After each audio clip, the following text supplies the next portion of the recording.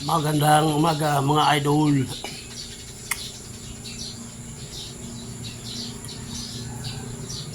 Aking dalawin yung aking mga alaga dyan na manok. Yung nakaraan nga pala yung sinundan na video na ito, naubos yun dahil sa walang tigil na ulan.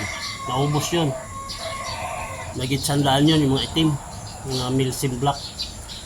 Ngayon may mga bago na naman, tapos El Nino naman.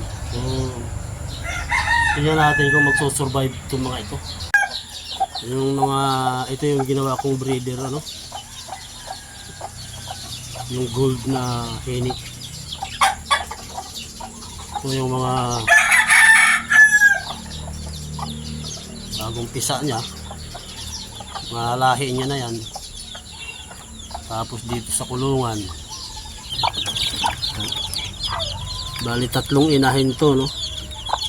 Pinagsama-sama ko na lang kasi halos magkasabay naman sila. Nilagyan ko lang yung isang inahin dyan para pinakagwarda. Mahanap kasi ng paraan paano makapasok yung daga dito eh. 24 yan, ano. Sana mag-survive mga idol. Marami to mga idol, marami. Ayan. Hatch gray yung nanay. Diba dito mga idol, Boston Pet. Walo sila, walo. Sisiyo. Hatch gray mga idol. 6. Ito kasi ano yan, yung bulot na yan, anak yan nung Maclean na inano ko na, itsapera ko na, pinaluan ko ng gata mga idol. Marami ako ditong inalis na, bago na lang yun. Naman henny line to, yung babae na to, black henny. Analaya nung binabae na yun, gold henny. Isa lang ng itim, karamihan puti. Yan. Yung sinundan ng mga idol andyan, oh. 4 lang natalit na dira dahil sa ulan. Mga ano to, anak to nung milsim black. Andyan sa mga video ko yung milsim black. 4 lang natira mga idol sa 100. Hindi lang yung panahon ng kalaban kasi daga. So yun mga idol, oh. Sana yung makabuhay na kasi yung aking tandang dyan eh 7 lang yan sila, o 6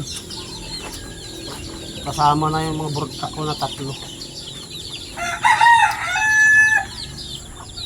So yung iba nito mga idol eh, magbabawas tayo ng inahin dito. So lamin na lang yung iba. Kasi pagka i-release mo sa labas, sa iba, halos hingin na lang mga idol. Halos hingin na lang, masyadong ano. So ulamin na lang para mas maganda, diba mga idol. Ayun, sana mabuhay natin kung mga pangato ko. Ang linyo rin eh. Kung nakaraan eh, 4 lang natira. May 100 yun, milsim black. Itim lahat. Ngayon, binibigyan ko na yan ng gamot mga idol. Baka sakali mag-survive yan mga yan, anak nung aking gold henny. Binibigyan ko ng gamot yan, yung tubig nila na iniinom mayroong antibacterial, yung erythromycin, respirax. Yun ang binibigay ko kaya medyo maganda yung resulta eh. Kasi yung apat na natira dyan na milsim, may kahinaan kasi yung resistensya ng milsim sa sakit. Pero survive, ano na yan, lawit na mga pakpak yan.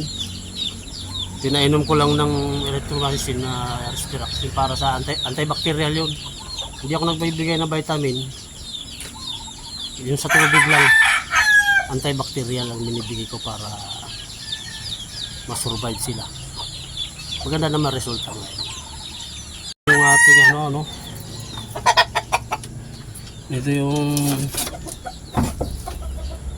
ating product na milsim.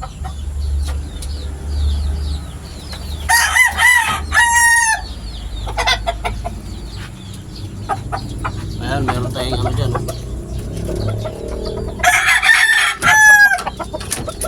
Gold.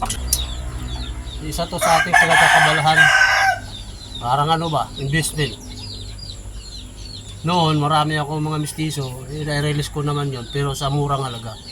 Ito nga, medyo, itong mga inahin na nandito ngayon, talaga binili ko ito na quality. Para magkaroon na medyo maganda-ganda namang presyohan. Hindi naman mataas na presyo. Yung kahit bumalik lang nga yung gasto sa patuka, okay na sa akin mga idol.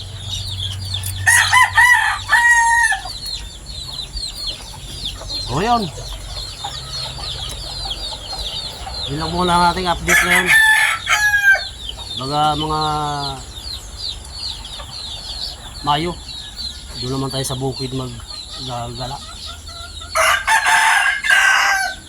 Bukid naman. Isa na ng araruhan dun next month. Huwag nyo kalimutan mga idol nga pala ito. Importante yan. Para may balik ko yung aking channel. Demonetize to. Itong buwan na ito. Hindi ko alam kung bakit. Baka dahil sa politika mga idol. Mga idol. Bye bye. God bless sa inyong lahat.